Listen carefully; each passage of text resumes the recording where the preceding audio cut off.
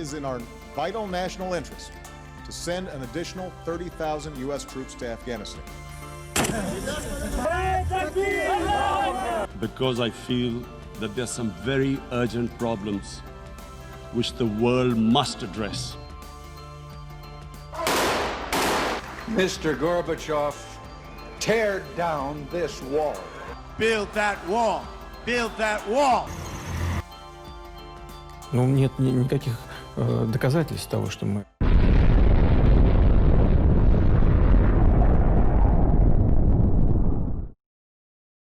The army is too often used as an excuse by Pakistani politicians for their own failings. Well, because they the Pakistani army wants two things.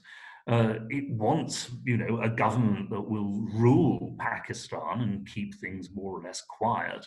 But it also wants a government that will not challenge the military. Decline in water supplies and the rise in temperatures will make large parts of Pakistani, and by the way, Indian agriculture unviable. The Sindhi elites do very nicely indeed out of the port of Karachi and, having their place in the Sindhi, the political system. Assalamu alaikum. This is Haris Khan and you are watching the 5th episode of Ground Zero. Today we have with us Mr. Anatol Lieven, who is a British journalist and is currently working as a professor at Georgetown University, Qatar. His famous works include his book, Pakistan, a Hard Country, in which he tries to explain the complexities of Pakistani society. This book is a highly recommended book for the preparation of CSS exam in Pakistan.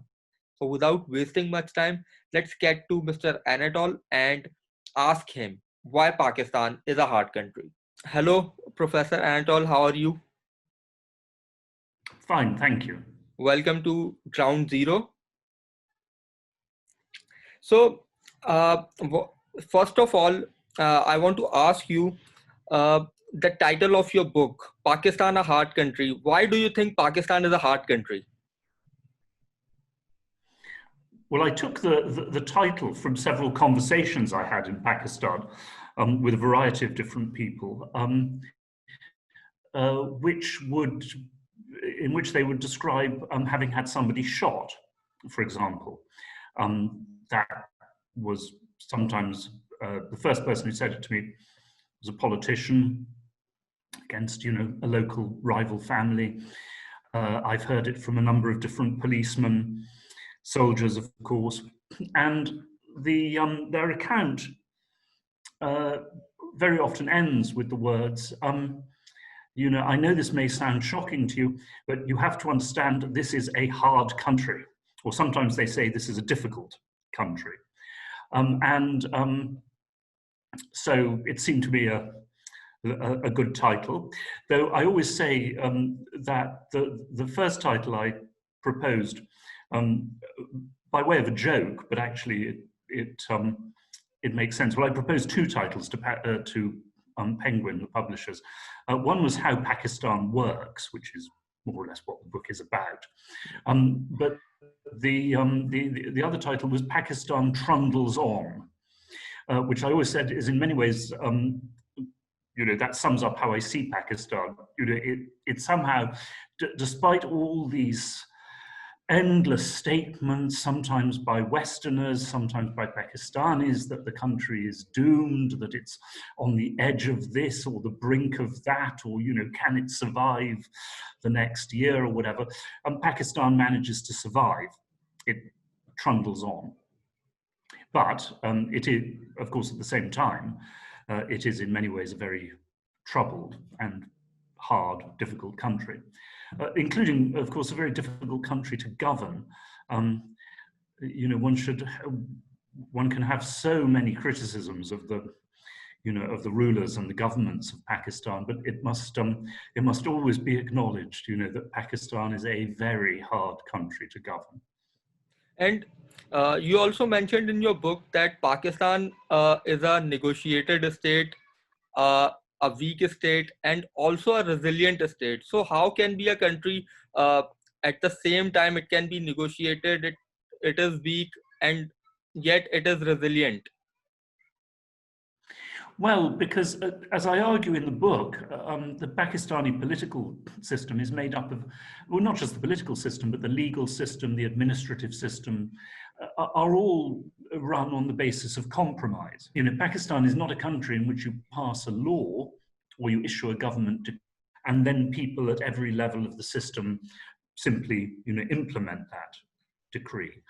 You know, everything has to be negotiated with forces within society, or of course within state structures, which have power and which use it to advance their own interests. But the thing is, this system of compromise is in the end to help keep the country together. You know, and obviously there was 1971, but I don't believe that the old Pakistan before 1971 could ever have held together for very long. But since then, you know, despite many, many troubles, and the latest one, of course, the rebellion of the Tehreek-e-Taliban Pakistan, the country has held together, and that's because, you know, everybody can get a certain share. Well, at least everybody with the power to extract a share can get a share of whatever patronage benefits, you know, are going around. But on the other hand, of course, the state is, so that makes the state good at holding together, but it makes the state very bad at development. It makes it very bad at raising revenue, for example. You know, Pakistan has the lowest rates of tax collection in South Asia, which is very low indeed. And that is to do, of course, with the state not being able to force people, and particularly the elites and the army, to pay taxes. But as a result, of course, the state does not have money to build roads, to build railways, to build schools, universities, all the things that a state needs to do if it is going to carry out, you know, serious development. So that's where the strength and the weakness of Pakistan I see as two sides of the same coin. And highlighting these factors which you are mentioning right now, many Western writers consider Pakistan to be a failed state, or it might fail at some point, but you disagreed with that. Why do you think so? Well, I have to say, I hope not being too unkind, but too many Western writers on Pakistan, you know, arrive with a set of prejudices, which are then confirmed by the maybe 10 Pakistanis they have talked to, you know, who all have exactly the same opinions around the same 2 coffee tables in Islamabad and Lahore. And apart from visiting those 10 people, these Westerners never stray outside international hotels. You know, I mean, if you've actually traveled extensively in Pakistan, you know, and visited all the different provinces and talked to people at every level of society, you have a much, you know, greater sense of the strength of Pakistani, well, not one society, because of course Pakistan is different societies, but the way in which, you know, the country does hold together. And, you know, but back in 2008, I spent the summer in Peshawar, and then I drove down, didn't stop in Islamabad, drove straight down from Peshawar to Lahore. And when I arrived in Lahore, I went straight to one of these dinner parties where I was told that Pakistan has ceased to exist west of the Indus River, and that Peshawar is now surrounded by the Taliban and is about to fall. I said, you know, unless something really dramatic has happened since 9 o'clock this morning, you know, when I got into my car from Peshawar, I don't think so. But, you know, so people, you know, people just get hysterical. They, you know, and of course it must be said, journalists, you know, I used to be a journalist myself. Of course, Pakistan on the brink of doom makes a better title than Pakistan trundles along. So, I mean, the thing is, you have to see the, you know, anybody can see the weaknesses of Pakistan. You know, you only have to follow the political news, or you have to follow, you know, news about corruption or the latest, you know, failure to develop something. But to understand the sources of strength, you have to dig a bit deeper. Of course, there is also the fact that that in the end, as long as there isn't a revolt in northern Punjab, so far, since 1971, the army has always been strong enough to defeat any particular rebellion. And apart from a strong army, which other characteristics do you think can save Pakistan from failing? Well, there is, in parts at least, a very economically dynamic population, sections of it. It's a pity that they can't work together, that they are isolated in different parts of, well, in Karachi and then in certain parts of Punjab. There is a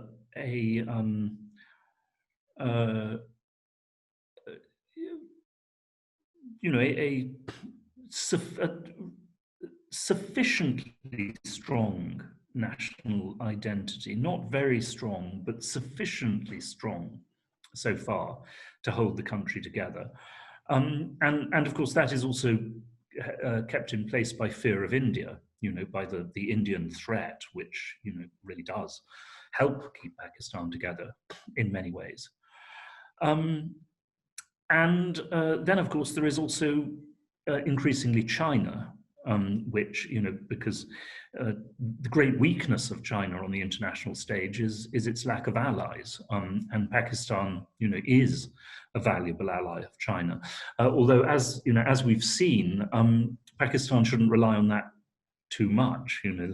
The Chinese are not charitable people. They expect, if they give money, they expect to get something back. So, that I should, of course, have mentioned religion, Islam. Now, tragically, as we've seen, Islam can also be a source of division, between the different branches of Islam. And the deep divisions in Pakistani Islam is one reason why all this talk of, Pakistan undergoing an Islamist revolution is such nonsense. I mean, if such a thing happened, it wouldn't lead to something like Iran. It would lead to the disintegration of Pakistan. But on the other hand, of course, the fact that Pakistan is a Muslim country, and of course, to some extent, Pakistan is a Muslim country and India is not, does also help in consolidating, a certain sense of Pakistani national identity. I should also perhaps say that, although there have been, these endless complaints from Sindh and Khyber Pakhtunkhwa, and even more, of course, Baluchistan, since 2011, and the amendment to the Constitution, and since the latest Finance Commission award, there has been a real effort to create, a degree of balance between the different provinces, and of course at the elite level, well, the Sindhi elites do very nicely indeed out of the port of Karachi, and having their place in the Sindhi, the political system that controls the port of Karachi and so forth. And the Pashtuns, whatever they may complain about, many of them are, of course, play a disproportionate role in the army. So, there is, of course, there are many provincial tensions, but you also don't necessarily need to believe all the complaints. We all like to complain. I complain bitterly about many things, but I'm not about to carry out a rebellion. Yeah. So you also compared Pakistan with India. Let me take a quote which you have written in your book, and it says, "Pakistan is in fact a great deal more like India, or India like Pakistan, than either country would wish to admit." So what I get this is India and Pakistan both are some kind of negotiated and weak state. That's part of it. Yes, I mean, India too is, classically a country of endless compromises between different social and political groups. And I mean, that's one reason why, India has only very, very briefly had a dictatorship. I once asked an Indian general about whether he and his colleagues had ever thought of carrying out a coup. in India? And he said, no, quite honestly, we haven't. This place is so huge and so complicated. It's got to have a system, of compromise and adjustment. He said, if you tried to create an efficient dictatorship in India, he said it would destroy India within a year. Pakistan, of course, one can have the illusion of an efficient dictatorship, but it at least since Ayub Khan, it's never worked. So that's one thing, a country of compromises, a very diverse country. I mean, India is bigger, so more diverse. But then, of course, there is simply the fact that, Pakistan, India are different bits of the same colonial state. The army, the police, the civil service work in, in very similar ways. Partly because they are, they are to some degree still the same institutions, and also because they're dealing with the same, basic social problems. If you look at, difficulties of getting evidence in the countryside when two families or baradaris, are on opposite sides of a case, you hear exactly the same problems from an Indian policeman as you do from a Pakistani policeman. So, And if you take certain social patterns in northern India, there's a very fine book about the Sikh Jats called Robber Nobleman, and with, of course, certain religious and cultural differences, but most of it, especially when it comes to political behavior, I found completely true for Pakistani Jats as well, So. and you also mentioned in your book that Pakistan delicate ethnic balance and endless negotiations it entails contribute to the sluggish progress of Pakistan's development. So Pakistan's slow progress can be attributed to the fact that the country is divided at all grounds. How much do you agree, and what are the other detriments of slow progress? Mm-hmm. Well, yes. The endless provincial negotiations are part of it, and the things that you cannot do. Karachi, should be a separate province of Pakistan running itself. But of course, if you did that, you would absolutely infuriate the Sindhis. So you have this, deeply corrupt Sindhi, Vadera class, which basically, lives off the revenue of Karachi. But it makes it impossible to create a kind of modern administration within Karachi. And then, of course, if you take Karachi, so much of the economic dynamism of that city has been wrecked because of the ethnic conflict. In the past couple of generations, above all between Muhajirs and Pashtuns. If you look at, the dam issue, hydroelectricity for irrigation and Kalabagh Dam. Exactly. In China, that would have been built. That issue first came up under Ayub Khan. Almost 60 years ago. The Chinese would have built it by now, and God knows Pakistan needs the electricity. But no government in Islamabad has ever been, well, it's two things. First, no government in Islamabad has been felt strong enough really to annoy the Pashtuns and the Sindhis in that way. But also, no Pakistani state has ever been efficient enough. After all, the Pashtuns and the Sindhis have very good reason for suspicion, because an efficient state would compensate them. It would say, yes, we're going to draw off some of the water of the Indus, but after all, your state, whole of Pakistan, loses far, far more water than that, because of incompetent and unrestored, unrepaired canals, water distribution. So, here's the dam. On the other hand, here is X billion dollars to improve your water supply situation. to repair your water infrastructure. But of course, nobody in Pakistan ever believes that aid will ever actually reach them, or at least it reaches the province, but it will never reach the people on the ground. It will get stolen and lost along the way.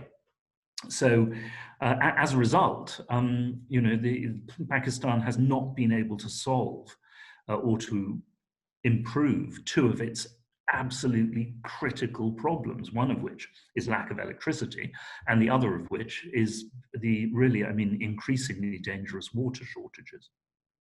So you mentioned about some points of weakness of Pakistan's government. So I would like to know how the system is really working in Pakistan since 1947. Well, of course, from 1947 to 71, you had a very different Pakistan, in which, after all, a majority of the population was in the east, while, of course, the army and the civil service and the political elites were in the west. That was not a system that could, I think, ever have lasted, unless the Western elites had been prepared to have basically a two-state solution which of course was what should have happened, with certain alliance, with a military alliance and economic cooperation. But it must be said that at the same time, under Ayub, you did have a quite efficient developmental dictatorship. In the early 60s, Pakistan, not South Korea, was tipped by many observers as the Asian tiger of the future because of the steep economic growth. But as we know, that broke down, and it did break down partly for ethnic reasons. Obviously there was the 65 war, and there was the resistance of the East Pakistanis, but it was also because what was happening under Ayub was basically, it was a bit like South Korea, or Japan in the 19th century. The famous, oh God, how many families? 22, was it? Yeah. The famous 22 families? 22 families. Yes. They were basically Pakistani, chaebols, or zaibatsu, as they're called in Japan, big industrial corporations, family-based, growing up. But of course, they were almost entirely restricted to two particular sort of ethno-religious social group. The Chiniotis in Punjab, and of course the Gujaratis, of the different branches of the Gujaratis in Karachi. And so, of course, that was another reason why the rest of the country simply would not accept the ascendancy of these, families from a small minority. Whereas, of course, in South Korea, all the great families are Korean. If these families in South Korea had been Chinese or Japanese, I doubt that South Korea would have developed in the way that it has. Since then, yes, it's been an endless compromise. Zulfikar Ali Bhutto tried to carry out a kind of socialist revolution, but it was very half-hearted. He himself, after all, being a great Vadera. And secondly, of course, his government and movement wasn't remotely strong enough to do that, unless he'd had 100% support from the army, and even then, hardly likely. And since then, it's always been, either very weak political governments, generally part of coalitions, which also, greatly hampers their ability to do anything, or of course military governments, but governing through the same the same political classes who operate in the same ways. Ultimately, if you take Musharraf, he governed through the Chowdhuries very largely. The Chowdhuries of Gujarat. Well, the Chowdhuries of Gujarat operated in exactly the same way, under Musharraf as they had under Nawaz Sharif, or for that matter, So, everything comes back in the end to patronage, to extracting benefits from the state and then distributing them to your followers. One point I make about the stability of the system is that, there is, of course, a huge amount of corruption in Pakistan. And of course, a lot of it ends up in London, let's be honest, shopping at Harrods, property in Knightsbridge. The families that do too much of that don't generally last, because to be a politically powerful and influential family in Pakistan, you have to distribute the patronage to your followers. That's how you keep the loyalty, And of course, it's true in Biradris as well. I describe in the book so many conversations saying, will you vote for X Khan because he is a whatever, Alpial Rajput or some branch of the Jats, and they say, well, yes, but also he has to give us things, because if not, well, there are other Chowdhuries among the Jats, and there are other Khans among the Rajputs. So, sensible, and that, by the way, is also why, there's been this narrative in Pakistan that Pakistani political parties are becoming modern political parties, mass parties. By the way, the modern political parties in the West are declining steeply too. But the thing is, and people say, oh, well, the old so-called feudal classes are, being pushed out and new politicians are coming up. But very often you find that the new politicians are behaving in exactly the same way as the old feudals. They don't, of course, control the countryside in the same way, but they too exist to extract money, benefits, contracts, protection from the state, and then distribute it to their followers and supporters. And that is how they maintain their power. Now, of course, not all of them. There are modern politics as well in the cities. But I think, if you look at the Tehreek-e-Insaf, you can see how in so many places they are governing through exactly the same people, operating in exactly the same way, right? The old elites, the old notables, or rather, not the old notables, new notables behaving like old notables, if you see what I mean. So this means that the parties come and go, governments come and go, but the system remains the same throughout.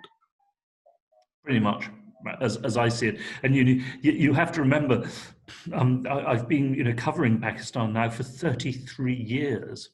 And of course, things do change. I was delighted to see that Lahore finally has a metropolitan railway. They were talking about that when I first came to Pakistan, and 30 odd years later, they finally managed to build it. So things do change. But when you look at what's happened in certain other countries, well, look, on the other hand, look at what's happened to poor old Afghanistan during those years. Afghanistan's fallen to pieces, experienced dreadful civil wars, two foreign occupations. So, on the one hand, Pakistan hasn't suffered that, but equally, of course, it hasn't imitated South Korea or even, Thailand or Malaysia in, really developing economically. And you mentioned about Afghanistan. So one thing which I want to ask you is, West always try to put democracy in Pakistan or in Afghanistan. So knowing these systems, do you think democracy can ever be embraced in these systems? Well, Afghanistan, no, I think. After all, they did try it to a limited extent in the 60s, and it was a disaster. The country is just too deeply divided, and also, the understanding of democracy is much too weak. Pakistan, I think, yes, and indeed, democracy does work also in helping keep the country together. It's often been remarked that while in terms of the efficiency of government and even things to do with human rights like the behavior of the police, there is really almost no difference between military rule and civilian rule. But the one thing that civilian rule does seem to be better for is interprovincial relations, because once again, civilian rule has to work through endless compromises with the provinces, the provincial governments, whereas the military can be more centralized. And while that does make things more efficient in certain ways, it's bad, for interprovincial relations and interethnic relations. So that, I think that, look, the thing is, this is one of the things that made me really unpopular in Washington, but by God, I feel justified now. But when I was working in Washington, I left 13 years ago now, I would say to people again and again, you treat American democracy as if it was some paradise to which some fixed heaven, paradise to which the rest of the world is trying to climb. But it isn't like that. There are so many problems in America that you may see American democracy declining in future. God, they hated to hear that, but I was right, yeah? You now see American democracy in steep decline. The point is, that democracy works for certain countries at certain times, and it doesn't work for the same countries at other times. What will happen in Pakistan in future, we just don't know. But certainly, I think you can say that at the moment there is a real mismatch between the Pakistani democratic state as presently constructed, Pakistani society, and the needs of development.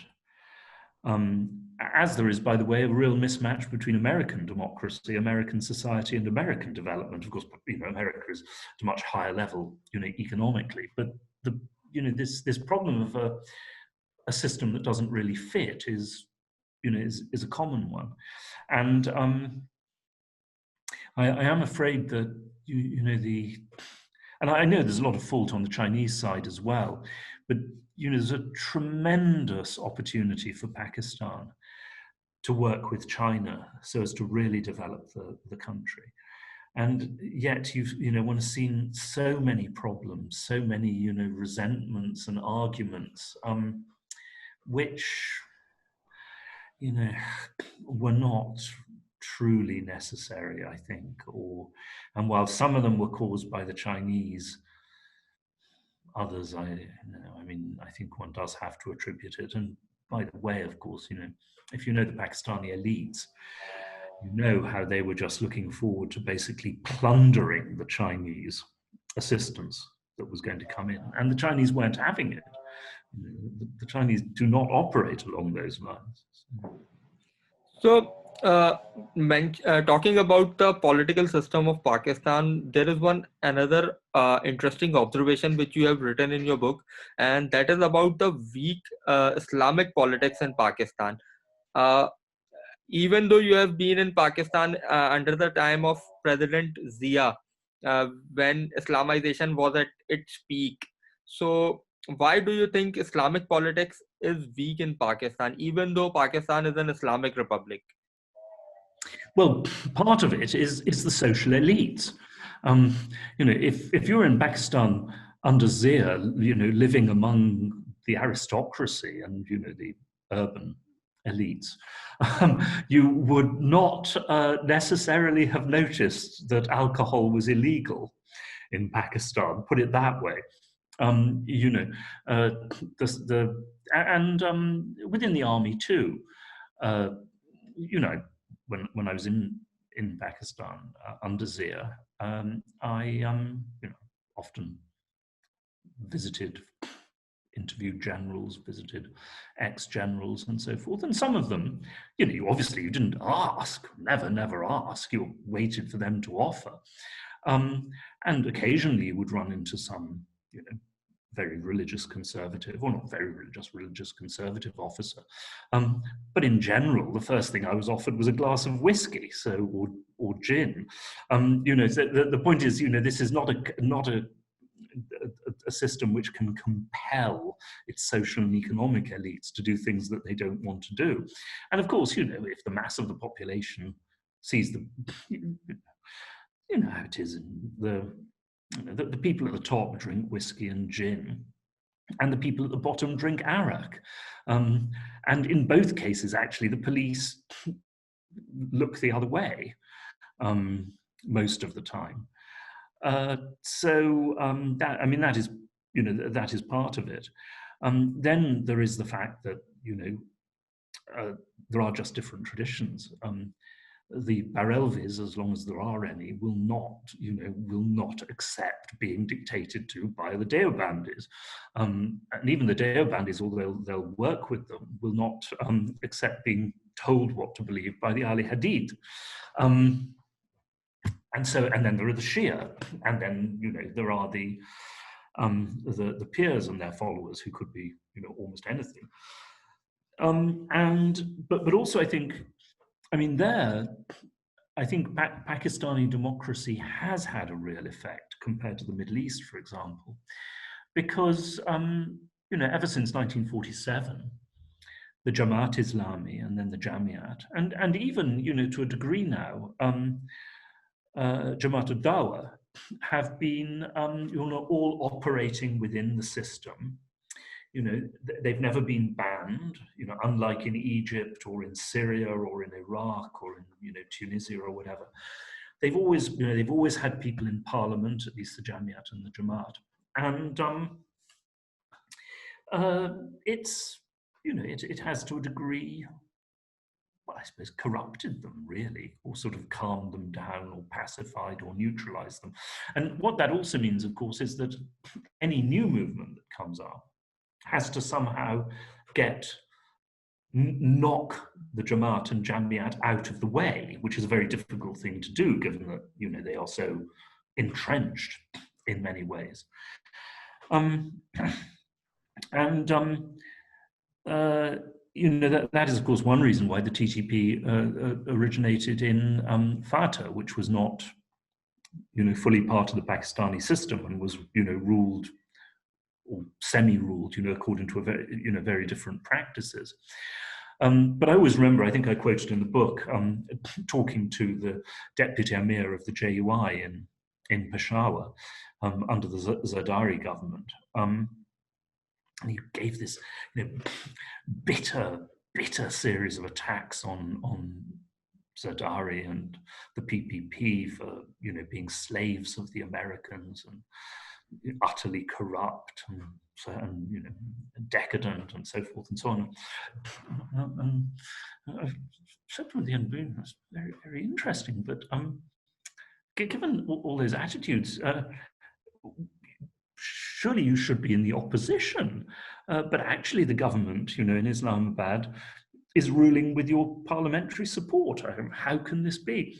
And he was wonderfully frank, amazingly frank. He said, but our voters vote for us so that we should get benefits from them. They don't vote for us so we should be in opposition.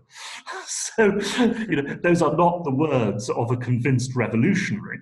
I mean, of course, there are convinced revolutionaries, and I went to the Lal Masjid before it was stormed. They were convinced revolutionaries, but most of them, no. And you mentioned about these families. So what would you say about the kinship system in Pakistan?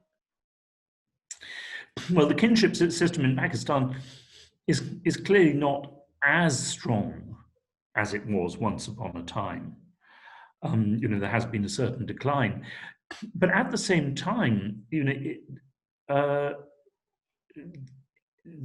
has been a very striking pattern whereby, after all, so many of these political bosses in the countryside did not, in fact, they didn't make their money from agriculture. They made it from urban rents, contracting of various kinds, sometimes transport, whatever.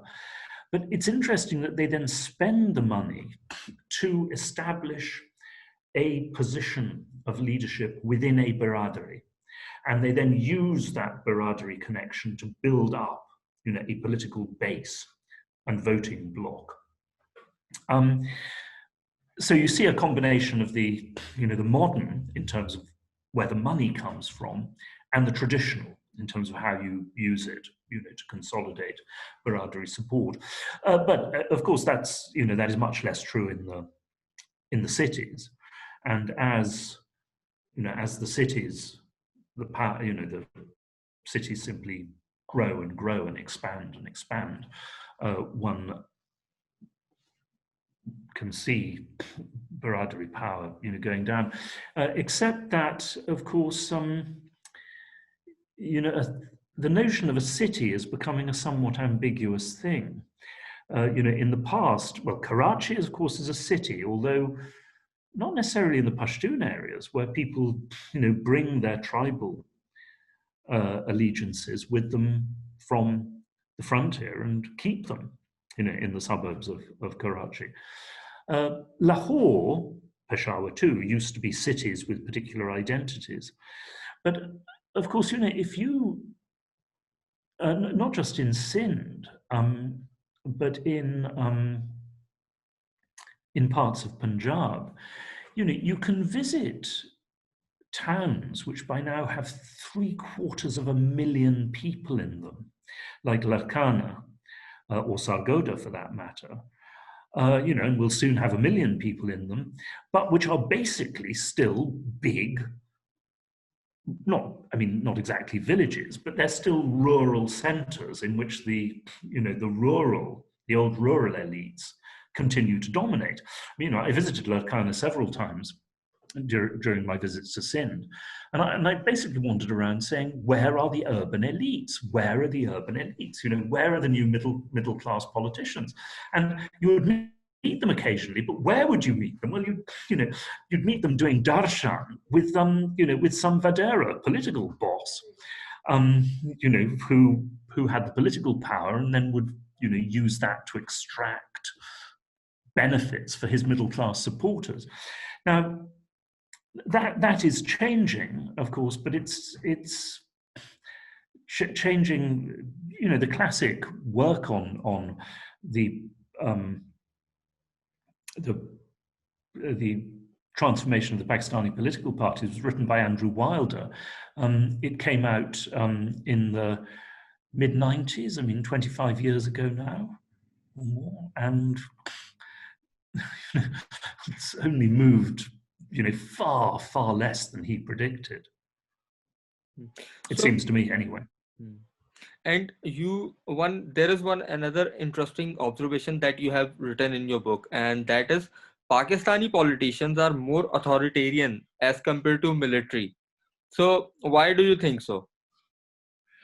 Well, personally, of course, the military as an institution is authoritarian.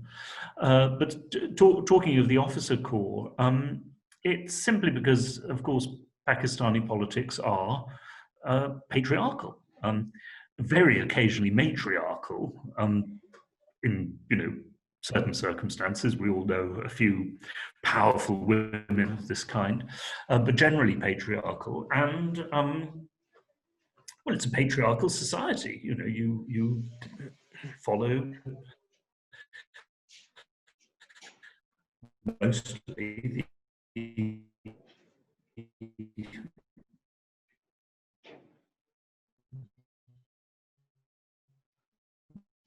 advice. It's changed degree. PTI youth movement, DM among Pashtuns, very much a youth movement as well. But and of course, the other thing you must take account of is the fact that I don't live in Pakistan, and my research is now 10 years old for the book, and so things can change much more than I realize. But I think in terms, I wasn't, of course, talking politically democratic, but I was talking about the atmosphere, if you like, among the officer corps, and it I think does come partly from the British tradition, but also because the army is still meritocratic. I mean, I'm not saying that the best person necessarily gets the top, but unlike almost any other institution in Pakistan, after all, this is not an army anymore dominated by the old social elites. It's very much a middle-class army, a middle-class Punjabi army, and Pashtun to a degree. And within narrow limits, you do have to be good at what you do to get ahead. So that does create a different sense within the military. But I was speaking socially, not politically, of course. The army is not politically democratic. No. And mentioning of the institutions, why Pakistan has failed to build up its institutions, everything from law to law enforcement agencies that is inherited from the colonials and that is running till date. So why Pakistan has failed? Well, I mean, it must be said, India has also failed. I mean, if you look at the Indian legal system, it's just as much of a nightmare as the Pakistani one. India always has the advantage in terms of just being so much bigger, which means it has a bigger pool of people to draw on at the elite level. But in terms of the police behavior and the nature of the police, also, of course, the thing about India is you have certain areas of India which are much more developed than Pakistan. You also have other areas like Bihar, Eastern UP, which are much less developed than Pakistani Punjab, for example. So it's a thing. But I think sometimes it's because the colonial system simply did not fit. And that, I think, is true of the legal system. The British legal system, as imported to South Asia, has turned into a nightmare. I mean, you know what I'm talking about. People. Please mention the traits of the colonial system that has affected Pakistan or South Asia. Yeah, I mean, the legal system is the worst. And hence, by the way, the tremendous support for the Sharia, which fed into support for the TTP during their rebellion. The civil service in Pakistan, frankly, worked very well until Bhutto destroyed it in the 1970s. I mean, part of the reason, if you want to look at the relative success of Ayub Khan, in bringing about economic development, was that he had an efficient, honest, and modern civil service on the whole, or relatively. Since Bhutto, it's become completely politicized and corrupted, and frankly, just not expert enough, not educated enough to carry out a serious economic development program. In Pakistan, of course, the one colonial institution which did stick was the army, but that was because it fused with the with the tremendous fighting traditions of the Punjabis and the Pashtuns,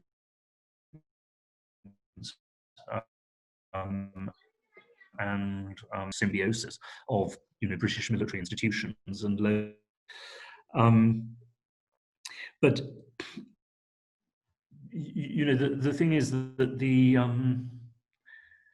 in other ways the colonial system, it was imposed on local society, but it never really took hold, and you got, in the case of the legal system, this dreadful, corrupted mixture, which works, frankly, terribly.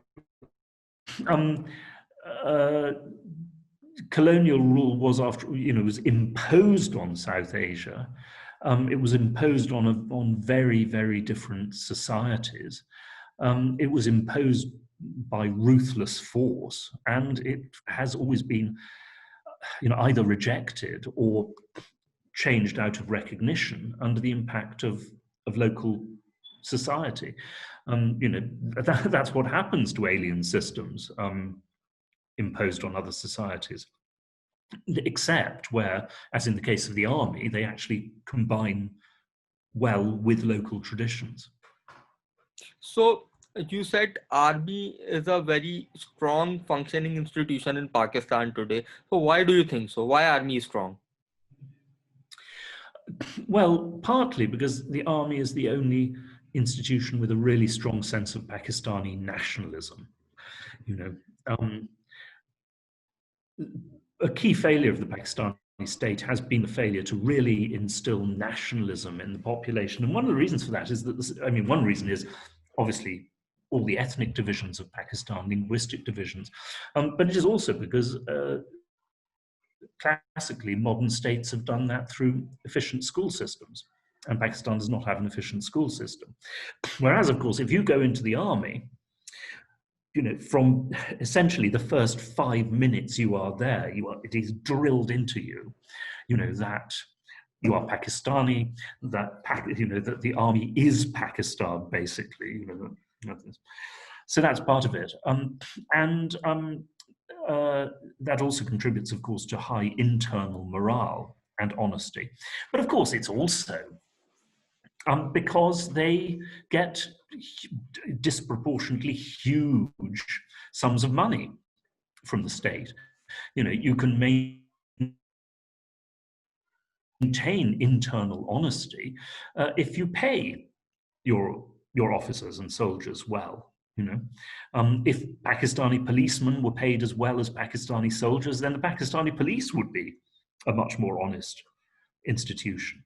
So it's a combination of morale, discipline, patriotism, and good pay, frankly. But of course, as I said in the book, this only applies internally to the military. And does that make Pakistan a deep state? You know, I mean, of course, there is a deep state in Pakistan, and it affects certain areas of policy very heavily. Afghan policy. But as I said so often in the book, the army is too often used as an excuse by Pakistani politicians for their own failings. You know, the Pakistan, you know, is now a country of how many million people? 220 million at the last count, something like that. The ISI is not remotely powerful enough to control Pakistan as a whole. It can, you know, it can seriously influence certain areas, the media for sure, absolutely, you know, but you know, you go to politicians' lunches or dinners, you know, in Lahore or wherever, and listen to them complaining about how, oh, you know, Pakistan is so poor because the army has taken all the money. And you look around the table and you stop yourself asking, and how many taxes did you pay last year? You know, from your income, what proportion of your income did you pay in taxes, please? You know, you know, that flat of yours in London, that was paid out of your parliamentary salary, really? Your ministerial salary? Yeah, you know. So I mean, it's so yes, I mean the army has obviously been responsible for a number of very bad things in Pakistan, but it's also been used as the excuse for everybody else's bad behavior. And I think at some by the point, way, I should say that I stayed quiet and I ate those feudal dinners and lunches, and I didn't complain, so I also benefited. Yeah. So I was saying at some point when you walk around the area of Hyde Park, you would see many houses and expensive flats of Pakistani politicians.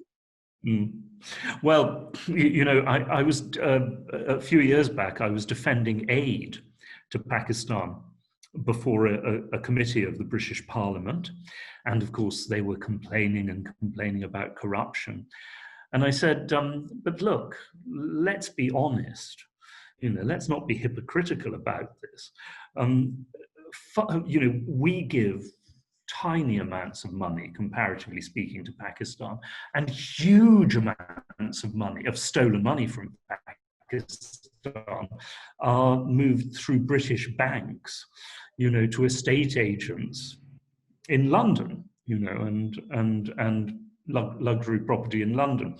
And this Conservative MP, this woman, stood up at the back, and this strong Midlands accent, she said, "That wouldn't impress my constituents very much. I'm from Birmingham." Didn't know what to say to that one. Not many Pakistani politicians buy houses in Birmingham. Do you think that army is somewhat behind the government right now? Yes, I think it is. But, Why? so what? The army was behind Nawaz Sharif. Sorry, why? Yeah, why? Why are they behind the government? Yeah.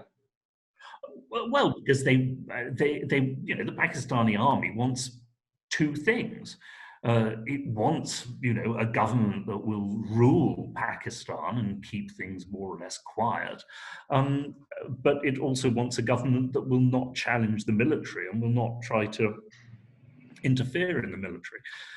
And if it's got a government like that, it will back that government. But the army will only back a government until the moment comes when there is a real mass movement against that government, and a mass movement in northern Punjab, where the army is recruited from. Now, when that happens, the army will then help to get rid of the government, because the one thing that the army dreads is a situation in northern Punjab. But by the way, if the army sees that a government is becoming deeply unpopular in the country, it's not just a civilian government it will get rid of, as we've seen a couple of times. And how long will it run? So,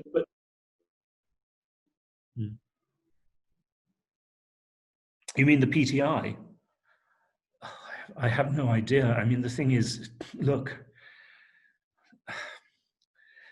the PTI government has been a terrible disappointment in many ways. But I mean, what's the opposition? You expect better of the the PMLN? I mean, really, what experience would lead you to think that either of those parties will do better, or of course that they would be able to work together, having got rid of the PTI? There is, unfortunately, there is no credible reformist political force in Pakistan today. There just isn't. There is no basis for believing that any of the leading parties, are capable of carrying out effective reform. And as for these movements to restore democracy, how often have we heard this before? Under different titles, the same cast, or sort of shuffled, of course, depending on who's in government and out of it. Always promising to bring something new and then failing. It's terribly, politically speaking, it's a terribly depressing prospect. And by the way, one doesn't have to be an admirer. It's not, that this indicates admiration for Imran Khan and his record, but look at the opposition, for God's sake. Where are the reformist forces? And that is because also, well, as you said, the PTI did not bring to power, with a few exceptions, a party of new, young, technocratic, able leaders. A couple of them maybe, but mostly it was just defectors from the old political classes, and unfortunately, those old political classes have proved again and again and again that they can't carry out serious reform.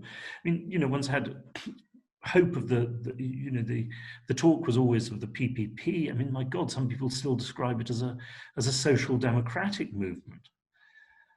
Or on the other hand, the PMLN, that now you are going to get a party of really, efficient, modern, capitalist businessmen, who are going to, really transform Pakistan into a successful capitalist state.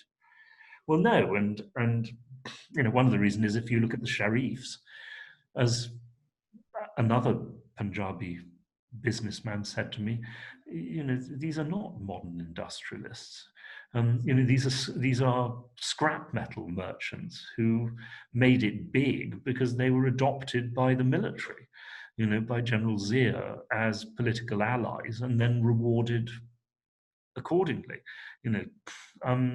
They're not, and it's often said of Shahbaz, who's a very competent administrator, a tremendously hard-working man, and so on. But his natural level is that of the old DC, the district commissioner. He'd make an excellent district commissioner. But the DC has somebody above him giving him strategy and telling him, what to do. Doing what Shahbaz does, rushing around and shouting to people is great when you're a DC, but it's not, it's not what makes you a great chief minister. It makes you a respectable chief minister, but not a visionary one, unfortunately. And with military behind the curtains in Pakistani politics, do you see Pakistan as a security state? Well, yes.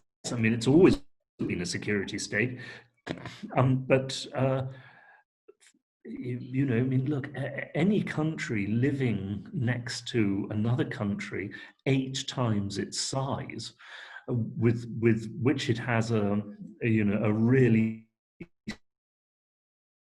serious guts, is going to be a security state. I mean, look, I can't remember what I said in the book, but I said again in Washington, Americans complain about Pakistan being a security state, but look at the power of the security establishment and the military-industrial complex in America, and America is hardly threatened at all compared to Pakistan. I always said, if America, given the levels of paranoia in America, if America were in Pakistan's position, the American political elites, you'd find them hiding under their beds with pink woolly blankets pulled around their ears. They'd be so scared and worried, and yes, I mean, it is a security state, but it's, I mean, look at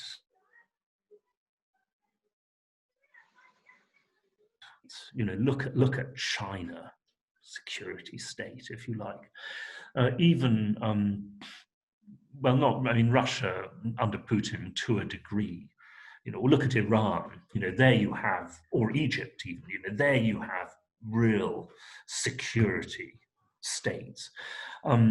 Pakistan, it is a security state, but it's a much weaker one by comparison, and as I said, one which is endlessly compromising with the with the political forces. And after all, that's one reason why Pakistan today is ruled by a civilian government with the military behind the scenes, and not simply like by a military government, like Egypt. So it makes yes, I mean yeah, please continue. No, go ahead. No, please go ahead. So it makes military a very relevant and very important institution in Pakistan if Pakistan is a security state. Yes, yes, it is, and I think it always will be.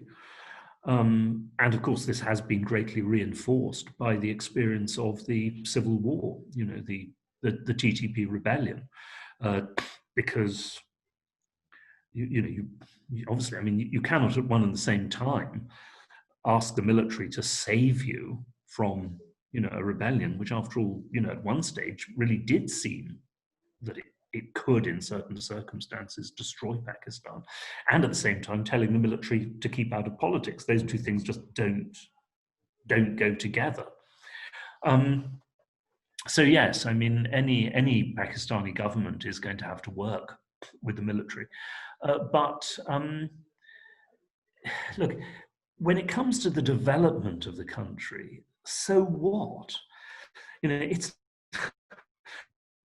It's not that, if a Pakistani government came up with a really effective plan, say, for revolutionizing water use in Pakistan, and that, by the way, is what will destroy the country in a few generations' time if it can't be improved, especially given climate change. If you have climate change plus rising temperatures, declining water resources, plus a rising population, plus a failure to improve Pakistani use of water, that could destroy Pakistan as a society, within the next 100 years or less. But if a Pakistani government comes up with a coherent plan for that and presents it to the Chinese, says, look, this is our plan, this is what we want to do. Can you lend us the money? And, we'll also build hydroelectric dams, and then that will we guarantee that we will pay you back through actually get. Are we going to block that? No. I think we've frozen again. But no, you see, I mean, the thing is, it's, in terms of the development of Pakistan, it is up to the civilian governments. It's their responsibility to come up with, working plans and then to damn well implement them.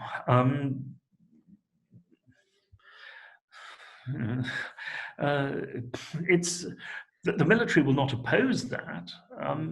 Why should they? But also, of course, if you then find out that the only people who can even begin to make the plan work effectively are the army, because the civil service is too politically divided and too corrupted and too incompetent, well, once again, why complain? You can't at one and the same time, put a general in charge of WAPDA, because you can't find anyone else to do the job, and say the military must get out of politics. Well, make up your mind, one or the other. Yes. And you mentioned about the climate change, and I was about to ask you this question, that you, in your book, you have mentioned the vulnerabilities of Pakistan against climate change. So can you elaborate on that? Well, I tell everybody, everybody who will listen, for God's sake, read these reports from the Massachusetts Institute of Technology. The first one came out 3 years ago now, and there have been, following ones. This, not India, is the biggest long-term threat, because what they say is that on existing trajectories, the decline in water supplies and the rise in temperatures will make large parts of Pakistani, and by the way, Indian agriculture unviable in future. For every degree of temperature rise above a certain level, the yield of wheat production goes down by 10%. If you get sustained temperatures over 40% for several months on end, you can't cultivate rice. Rice cultivation ceases. Now, as far as temperature rises are concerned, there's nothing much Pakistan can do about that. Pakistan's contribution to climate change is tiny.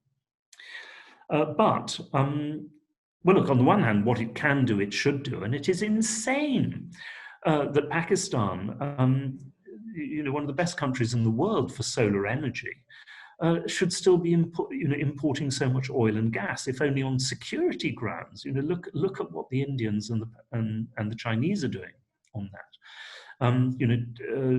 develop solar energy in cooperation with the Chinese. So that's one thing. But above all, Pakistan has the most incompetent use of water in South Asia. I mean, not by a long way. South Asia in general is bad at it. But India is ahead of Pakistan, and China is far ahead of India. If Pakistan goes on wasting water in this way, through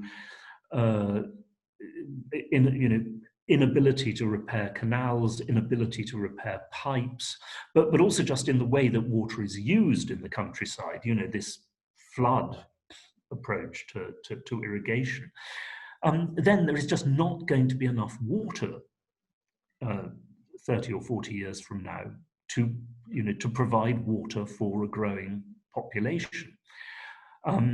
This is something which every Pakistani government should be absolutely focused on, and the Chinese can give a lot of help there. They have greatly improved their own water efficiency because they recognize the problem.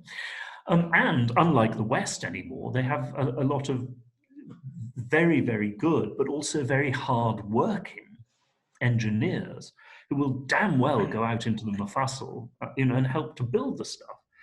But you've got to have the political will. You've got to have the ability to raise revenue. Yeah. And you mentioned about China and India. So throughout the interview, you have been saying CPEC is a very good project for Pakistan. But what do you think? It is also at one point it is benefiting Pakistan, or it can benefit Pakistan in future. But this is also making India-Pakistan's relation more hostile. So what do you think about that? I'm afraid I think that India-Pakistan relations will always be hostile. I worked a lot. I took part in several of these, track 2 diplomacy exercises trying to bring India and Pakistan together. I strongly supported, Musharraf's attempts at a compromise over Kashmir. But I'm afraid I've decided, particularly, of course, as long as Narendra Modi or anyone like him remains Indian Prime Minister, there is just no possibility of a compromise there. So I think that has to be simply taken as a given. I think a bigger challenge for Pakistan is the fact that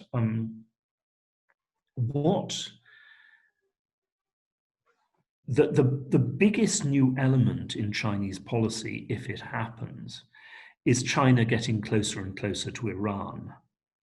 And the Chinese-Iranian alliance really only makes sense if Pakistan is part of that. And you have CPEC then extended, through Baluchistan to Iran, direct link to Iran for Chinese goods, military supplies, everything else. But of course, for Pakistan to do that, the challenge is not India. It's the challenge is what to do about Saudi Arabia. If China starts basically insisting that Pakistan and Iran should get close together. Well, I mean, my own view, and that, of course, of many Pakistanis, is that it's high time that Pakistan cut itself loose from Saudi Arabia. But the economic sacrifices there would be enormous. And clearly, the Chinese would have to compensate Pakistan for that. And so this is a very, very complex issue, but which does, it has huge opportunities for Pakistan, but it does also put Pakistan in a very dangerous place vis-a-vis Saudi Arabia. And do you think Pakistan, over the years, Pakistan has failed to maintain a good representation of itself in the world? Yes, it has. And, that was another reason I wrote my book, because I just became so exasperated with the anti-Pakistan prejudices, especially in America and especially in Washington. And, 10 years ago, those were really dangerous, the American threats to Pakistan. So I wrote the book in an effort to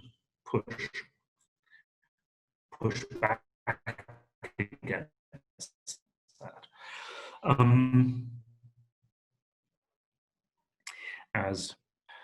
Obviously, both by what happens in Pakistan, but also in some ways by how it presents itself to the world. But on the other hand, Pakistan is facing terrible odds in that. The Indian lobby in America, I was reading a report on this just the other day, is so powerful by now, so rich, so so much above anything that Pakistan could possibly mobilize in response. And then, of course, it works closely with the Israeli lobby,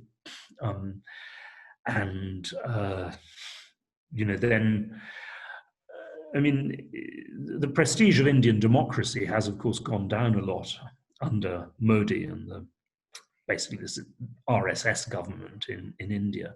But on the other hand, now you have the whole, Western security establishment, trying to create this anti-Chinese mood and anti-Chinese alliance. So this requires turning a blind eye to so much of what goes on in India. Look, if there could be a peace settlement in Afghanistan, or on the other hand, if the Americans just go home, then at least the accusations against Pakistan for what's going on in Afghanistan will go down, I hope.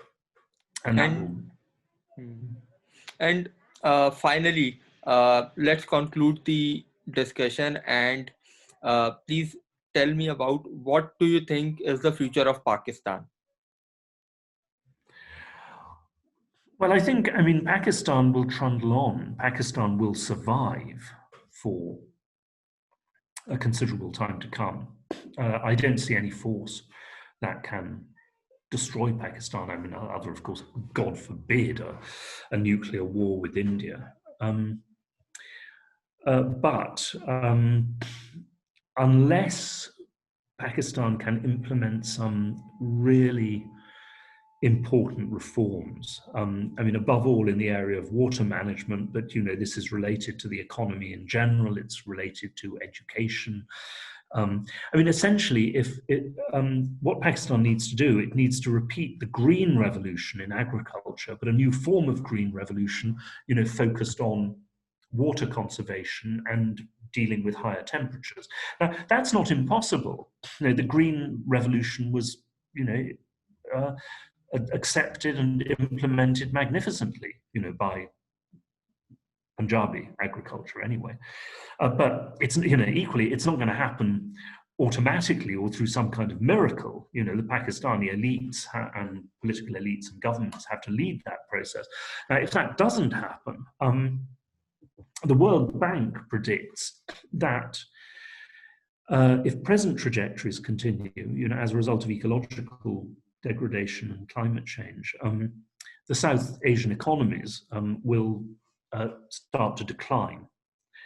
Not to slow down, actually to decline, to go into reverse by mid-century, in a generation's time. Now, if that happens, then in the long run, all bets are off. You're not, but then again, of course, it isn't just true for Pakistan, it's true for India and Bangladesh as well. But you're not going to see countries surviving, in which the population gets poorer and poorer and poorer, in which water gets less, less and less, and in which agricultural production declines. At some stage, you get a failed state at that point, as you have in, parts of Africa. We're not nearly there yet, and I'm, I really hope that can be prevented. But once again, people have to do things to prevent it. Thank you, Professor Lieven. Thank you for your time. It was such a pleasure to have you on the show. It was a great pleasure for me too. Thank you very much, and I hope we get to meet sometime when we can all travel again.